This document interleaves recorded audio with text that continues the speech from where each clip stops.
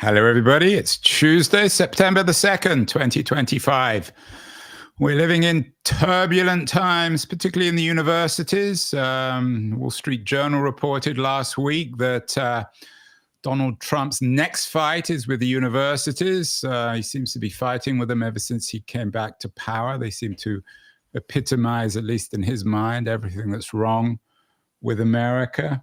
And more people are trying to figure out how to save the American university, although most of them don't tend to be insiders, certainly as insidery as my guest today, who has a new book out today. It's called Peril and Promise, College Leadership in Turbulent Times, and it's written by my guest, Dr. Beverly Daniel Tatum, who has run two colleges, Mount Holyoke in Massachusetts and Spelman College in Georgia. Welcome and congratulations, Dr. Tatum, Beverly, for your new book. Thank you so much, and thank you for having me on your program. Yeah, I'm a little in awe of all these PhDs, Beverly. Your PhD is noted on the title, although more and more people are beginning to suggest that those kind of terms aren't necessarily particularly valuable in the 21st century. Do you think being a doctor, having a PhD, tells us anything about people's wisdom these days? Well, it certainly tells you they've spent a lot of time in school.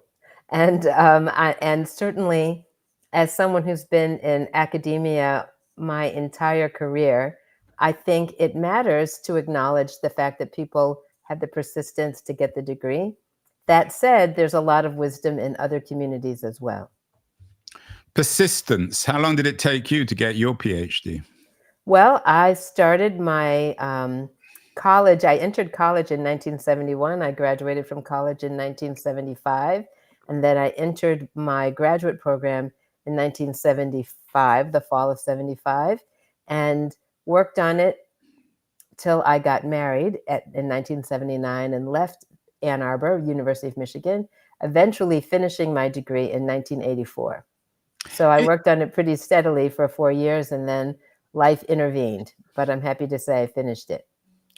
I wonder if academia these days is a kind of form of clerisy, that it's a club, an anointed club. Do you think there's something in that?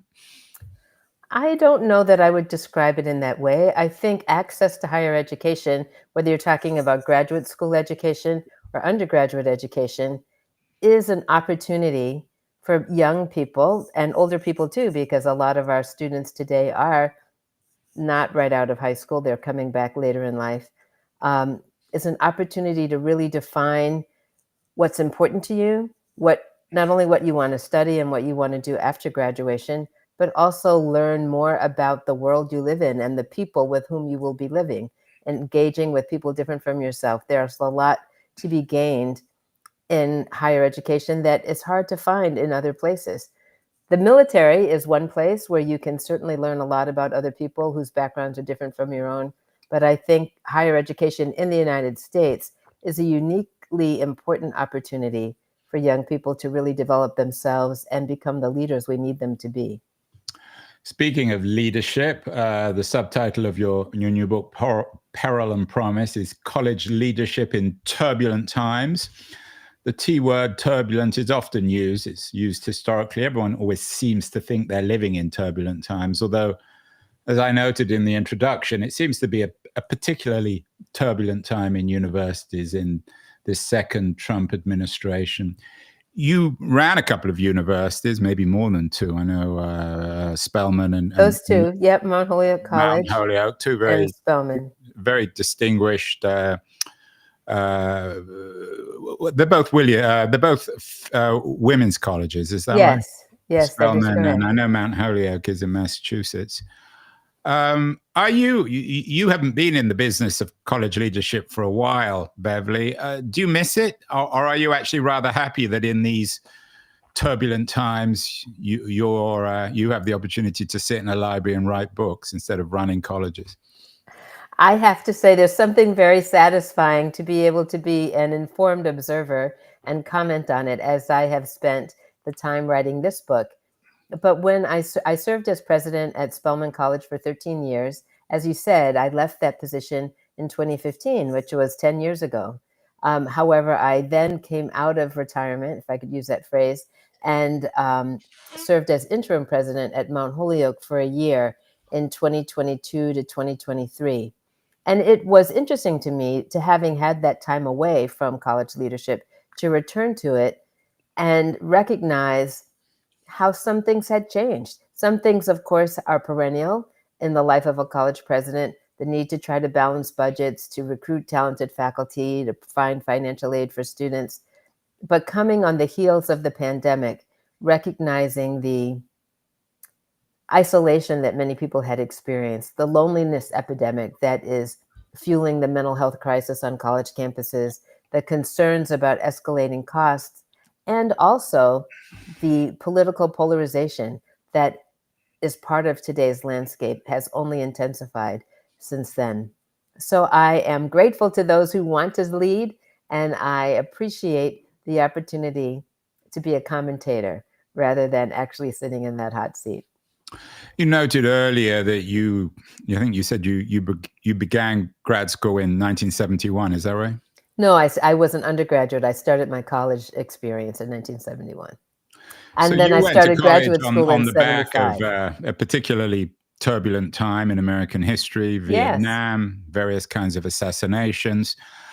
Just before Watergate. I don't want to blame your publisher. I'm not sure who came up with the subtitle of the book, but I did.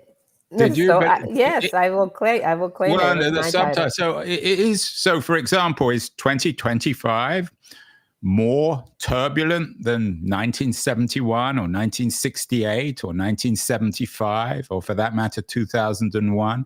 Are we I living would in? say it is. If you'd asked me, is 2022 more turbulent? Maybe not. But in 2025, I think is especially turbulent because of the political climate.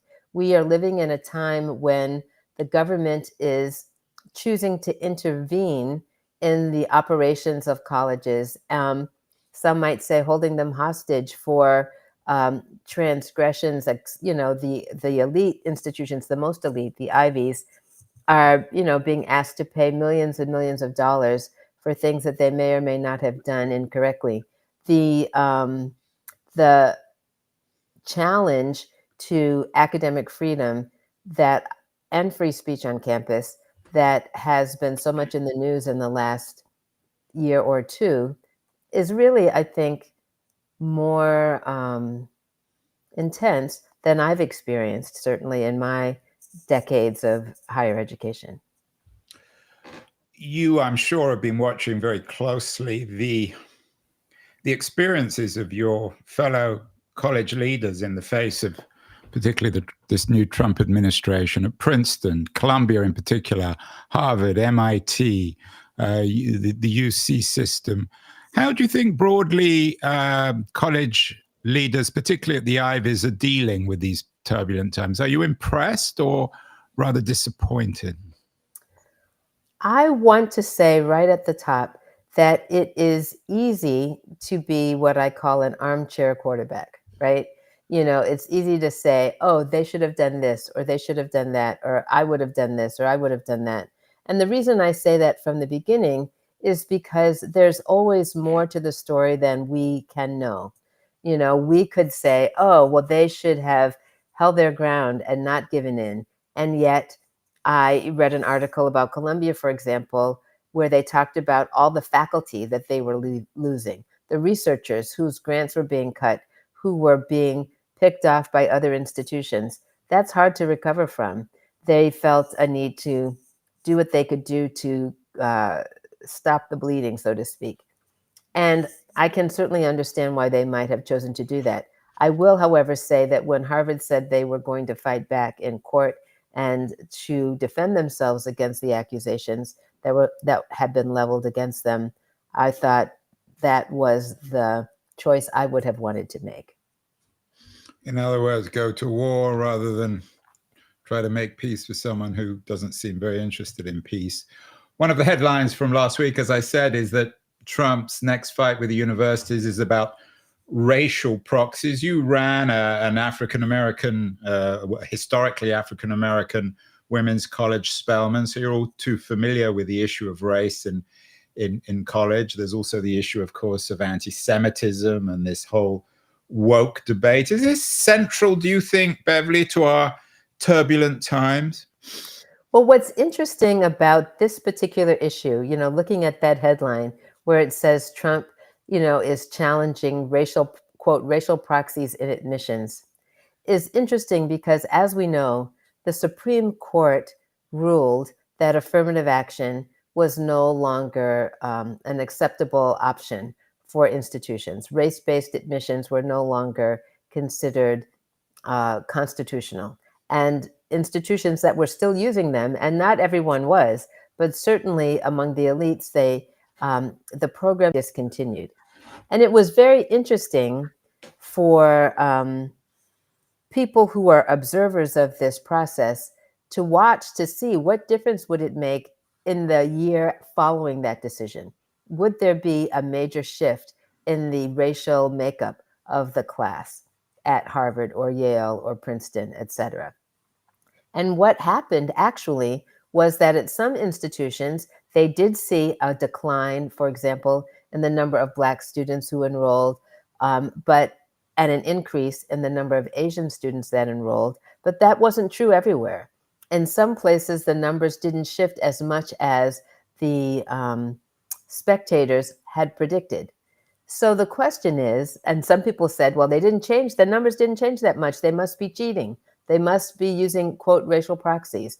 And so now the federal government is saying, we want to see your data. We want to count. We want to, see how you're making your decisions. And what I find very interesting about this is the assumption that you can't get a diverse group of students enrolled unless somehow you're doing something wrong. There is a lot of talent in the higher ed community, in the pipeline of students coming forward. And so for a government that says we should not be talking about race, we should not be race conscious, to suddenly say, we want to count all your groups to see how that's going seems quite contradictory. Yeah, you use your words carefully. I think your use of the word contradictory and particularly interesting. Perhaps if we were talking offline, you would use stronger language. Hypocritical, maybe. How about that? Well, yeah, or perhaps even worse. I'm not necessarily in disagreement with you. Do you think it's the job of a college leader? You've done the job, so this isn't an abstract question. Mm-hmm. To be in the business of social engineering America, of, for example, trying to make a diverse community so that America itself will become more diverse, more equal, maybe strengthening the American dream? Or is that outside the remit of the business of being a college leader? I think it's an interesting question, and in some ways it kind of depends on the institution. And what do I mean by that? There are lots of colleges and universities that admit almost all of the students who apply. They're not particularly selective. A lot of them are serving communities that have very limited choices in terms of higher education. Maybe it's the local community college or the local state university that's regional. Maybe, if you live in Massachusetts, maybe you've never heard of that college in Minnesota or Iowa or wherever it happens to be. But the people who live in that community are very much dependent on that institution for employment, for cultural activities, for the opportunity that those institutions provide. And when we talk about some of these issues, I think we are often talking about them as they relate to Harvard and Yale and Columbia, which is a very tiny, tiny, tiny percentage of where students go to college, right? But having said that, we also know that those Ivies produce many of the leaders in our nation, in Congress, in the courts, in the hospitals. There is a very heavy contribution to historically to national leadership coming out of those institutions. If we rewind back to the 90s, the book The Shape of the River, written by William Bowen and Derek Bach, argued that it was the responsibility of these elite institutions to contribute broadly to a diverse group of leaders, and that, in fact, they set out to do so because they recognized it as a responsibility for those particular institutions. And I think that was perfectly reasonable on their part. It wasn't that they didn't find talented people everywhere. And so when they made an intention to expand the diversity of their enrollment, what they found when they went back to look at 25 years of data was that the people that they had admitted had done exactly what they intended them to do, gone into the world and become leaders, corporate leaders, civic leaders. And because they have so many applicants, Harvard accepts 2% or something like that, less than 5% of those who apply. They have the opportunity to really construct the class in the way that they think will be most mission centered. And I think that is their right to do that. That's part of academic freedom, to construct your class and decide how you want it to look, recognizing that you don't want 1,500 flute players. You need some drummers, you need some saxophonists. If you think about the analogy of an orchestra, you need people who bring lots of different talents to the table in order to create the best learning environment you can have. So I'm taking that as a yes. You do think that college leaders can sometimes at least have the right to socially engineer. Before we went live, Beverly, we had a chat about Mount Holyoke. You ran it for a year. It's your last job. I mentioned that my daughter almost went there. In the end, she ended up at Bryn Mawr. And one of my takeaways from her experience there was she always spoke very disdainfully, I thought rather cruelly in some ways. I hope she isn't listening to this. About what she called legacy students.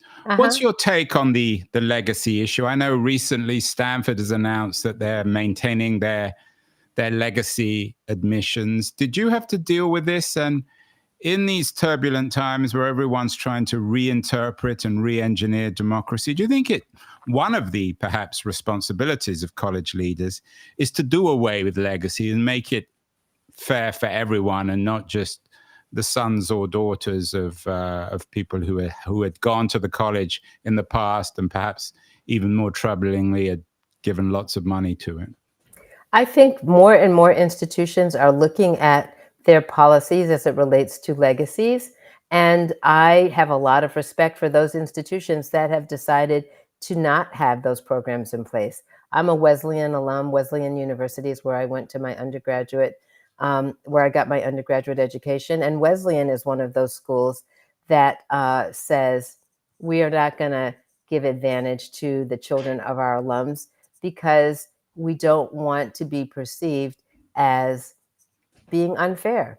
When people talk about affirmative action, what they say, what someone like Donald Trump might say, is that we want merit-based admissions. Admit people on the basis of their merit, assuming that when we take affirmative action into consideration, we're not admitting people on the basis of merit. I would argue that that merit is always operating.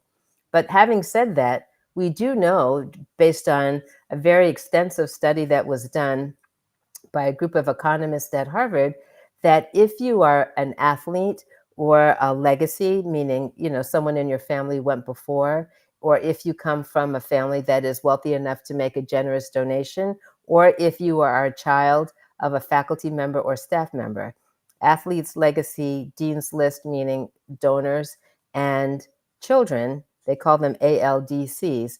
If you fall into one of those categories, your chances of being accepted far outweighs any other advantage that some other group might have. And in fact, that the number of ALDCs admitted at Harvard far exceeds the number of students of color collectively. So we know that those athletes, those legacies, athletes, let me just say a word about that. People often think, well, athletes, surely they mean, that talented black basketball player from Harlem or something.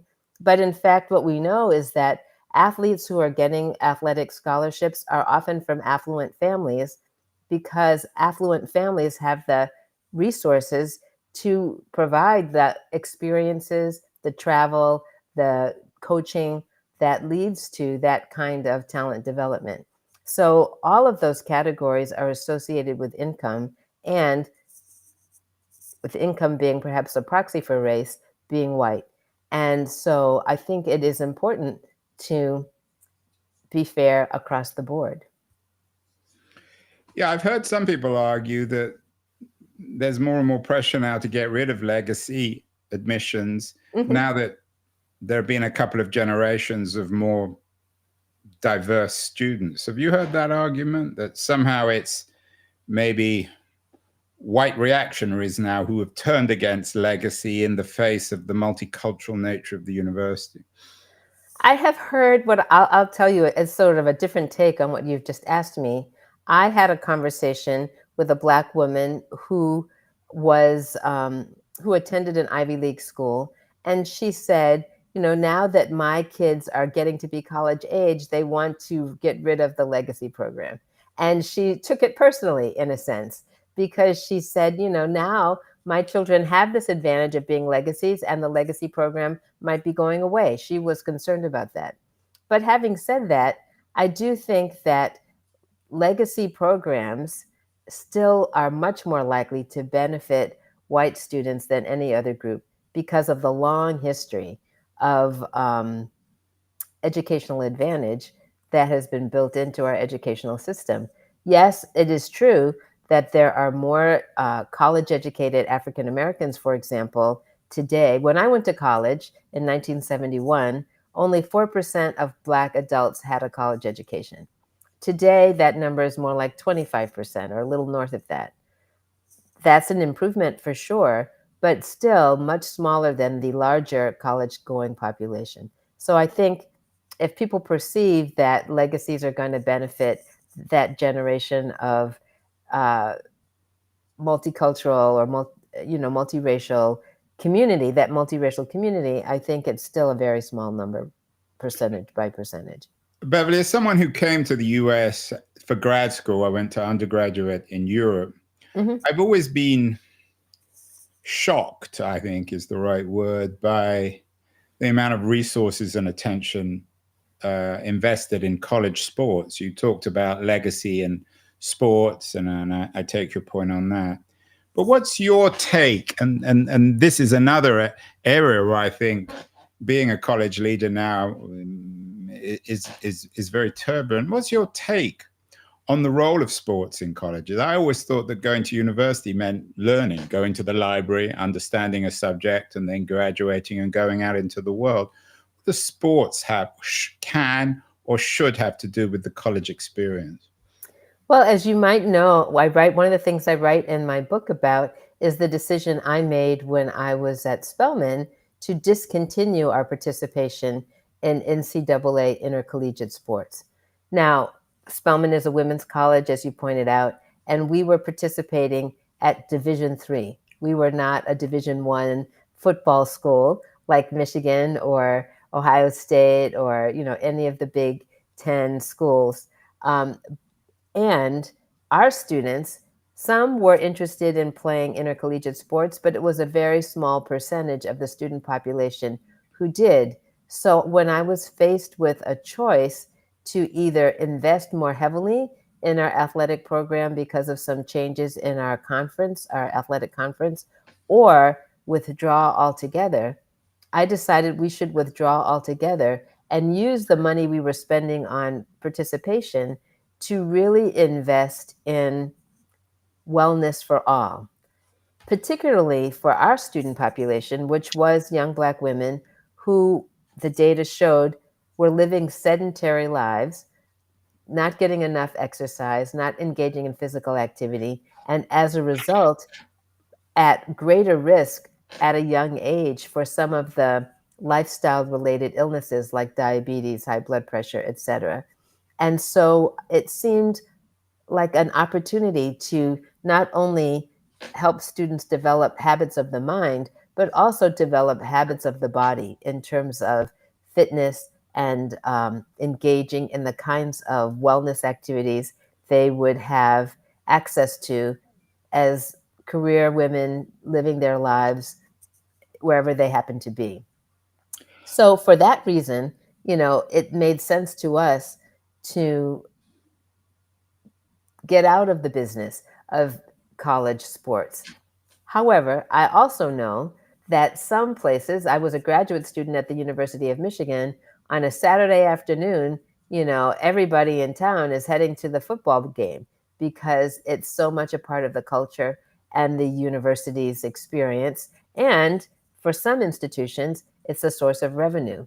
But for a lot of institutions, particularly if they're not competing at the very highest level, it's an expense that is a drain on the institution. And I think more institutions ought to think about what we did, which is invest in wellness activities, the kinds of activities that can be maintained for a lifetime, not just a continuation of high school sport activity. Speaking of investing, Beverly, I take your point and I agree with you in terms, and I admire you for doing away with formal sports at Spelman. But I wonder, again, and this is not really the issue of my, this is not the point of my question. I wonder whether that kind of thinking might result, at least in some colleges, in another kind of investment in incredibly expensive, sophisticated gyms, when in fact kids who go to these schools could join their local gym for $50 a month, and that would be sufficient. My question really is about the cost of college and the Yes. kind of resources and investment that many colleges seem to be making, everything from luxury dorms to high-end gyms to the quality of the food. When I was taking my kids around college a few years ago, when they were choosing where to go, there seemed to be this war about the quality of the food, which always seems absurd to me. There's more and more pushback from parents like myself about how much they have to pay. I think it's up to 80 or 100,000 a year for high quality education at places like Mount Holyoke and Spelman. From a college leadership point of view, do you think it's, in these turbulent times, is it the responsibility, not so much moral, but in terms of the long-term viability of American college, is it your responsibility to actually not just even cap costs and control them, but actually bring them down so that parents don't have to spend $300,000 or $400,000 for their kids to get a 4-year degree? Well, the first thing I want to say, just for the point of clarity, Spelman College, while it is an excellent institution, is about two-thirds the cost of a school like Mount Holyoke or some of the other Ivies. And there's a very specific reason for that, because Spelman is serving the needs historically of the African American community, and knowing the differential in terms of family income and resources, it's clearly not going to be an $80,000 ticket, at least not for a while, because we are trying, certainly when I was president and still trying to remain affordable, or as affordable as can be. But I came to Spelman from an institution. I came to Spelman from Mount Holyoke. I worked at Mount Holyoke for 13 years, and then I became president of Spelman. And one of the things I noticed was that Spelman cost significantly less than Mount Holyoke did, but was trying to deliver a quality education in much the same way that Mount Holyoke was.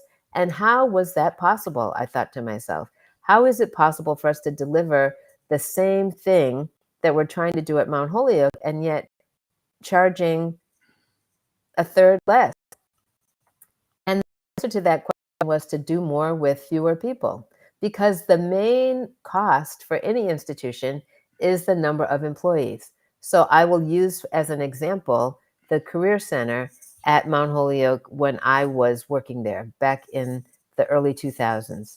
There were 11 staff members in the Career Center serving the needs of a population of about 2,000 students. I came to Spelman, from Mount Holyoke where we were also serving the needs of a population of about 2,000 students. And the Career Center had a staff less than half the size of the Mount Holyoke staff, but still trying to deliver the same kinds of excellent service to students who needed to find jobs as they were graduating, et cetera. So I say this to say HBCUs have a long history of doing more with less, but generally speaking, higher education is very labor intensive. You spend most of your money on faculty and staff salaries, and of course, you also spend money on your physical plant, your buildings, et cetera. And we can point to examples of institutions that have made what seem to me poor decisions around luxury items. The classic build a climbing wall, the rock wall that, everyone talks to, or the lazy river around the campus. There's an example in my book about an institution that put in a man-made lake trying to improve the um, appearance of the campus, I guess, but ultimately going out of business because they took on way too much debt to do so. So we know that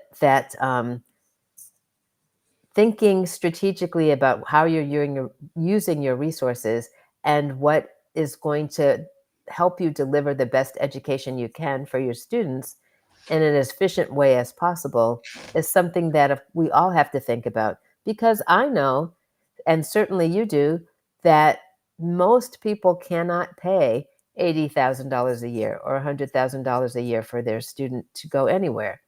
But having said that, we also know that most of those big ticket prices are not being paid in full because most of the students at those very expensive schools are also getting a great deal of financial aid.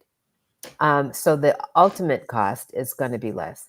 But still, we live in a time when we have to think about how can we deliver the benefits of a college education most efficiently to students who have limited resources.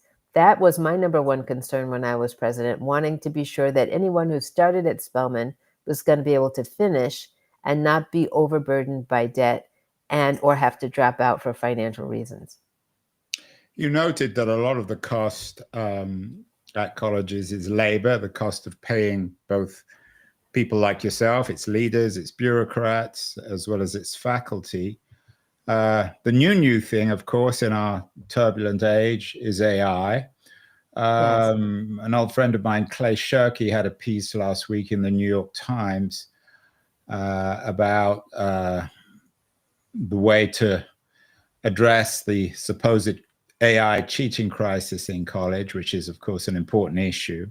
But can AI help in terms of the costs? Can it reduce faculty, staff? Can it actually make college education more affordable and indeed more useful in the 21st century? I think that there are certainly going to be some cost savings associated with artificial intelligence once we learn how to really harness it. And what I mean by that is while we're learning, we have to invest dollars to make that happen, right? So if we're using AI, we probably need to make an investment in our IT infrastructure. That's a cost. While faculty and staff are learning how to use those resources, how to use AI in a way that is efficient and um, enhances the delivery of the education. The training is a cost. So there's some startup costs. Maybe that's how I should say it. There's some startup costs, but there's some interesting examples that we see of faculty, for example, using AI to tutor. There's an example that I came across when I was working on my book of a physics professor who basically trained a physics AI tutor, and he divided his class in half, some of them coming to class and taking notes and being taught in the traditional way, and the other half of the class um, getting their support, their tutorials from his AI instructor, um, his teaching assistant, let's call it, the AI teaching assistant. And the students who worked with the AI teaching assistant actually did better than the students who did not have access to the AI teaching assistant, because they could call on that teaching assistant and ask questions in the middle of the night. They could ask the same question over and over again until they understood it without feeling like they were irritating their instructor. There was an enhancement of the learning experience that AI provided. Now, that same faculty member might have had at another time a graduate student TA who was being paid and who also was not available any hour, but who was working with students. And I'm sure there will be a loss in graduate student positions because of that kind of AI um, availability. But that said, I don't think I don't think that we can assume that it's all cost savings. I think it's important to acknowledge that there's some expense involved in the use of AI that is yet to be determined. We're still learning about it. We certainly are. Finally, you're the author of a 2017 bestseller, Why Are All the Black Kids Sitting Together in the Cafeteria? That was written as an authority on the psychology of racism.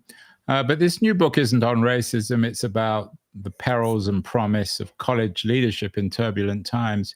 When you look back at your career, Beverly, what are you most proud of as a college leader? And what do you most regret?